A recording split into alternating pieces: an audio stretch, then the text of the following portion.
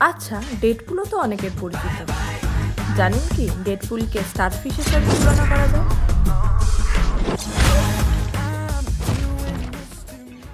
মানে তাকে যদি মাঝখান দিয়ে কাটা হয় তাহলে সেটা রিজেনারেট হয়ে যায়।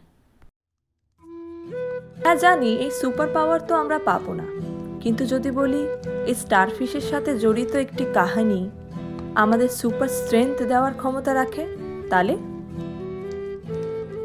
1969-এর একটি কাহিনী, যেখানে একটি লোক সমুদ্রের কিনারেতে একটি বাচ্চাকে সেখানে পড়ে থাকা স্টারফিশ জলে ফেলতে দেখে ওই বাচ্চাটির কাছে যায় আর খুবই কৌতূহলবশত তাকে এর কারণ জিজ্ঞাসা করায়। সে উত্তরে বলে, বিকেল হচ্ছে আর সূর্য ডোবার আগে যদি আমি এদের সমুদ্রের জলে না ফেলতে পারি তাহলে এরা মারা যাবে। এটি শুনে লোকটি হেসে বলে, এই সমুদ্রের ধারে হাজারেরও বেশি স্টারফিশ পড়ে রয়েছে, তুমি সবাইকে তো বাঁচাতে পারবে না, কি বা পাল্টে ফেলবে।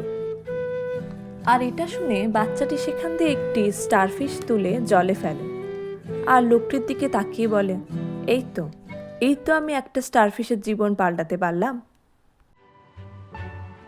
তো এই কাহিনী থেকে আমরা যেটা শিখলাম, যে চেষ্টা করার সময় কি লাভ হবে সেটা না ভেবে চেষ্টা চালিয়ে যাও।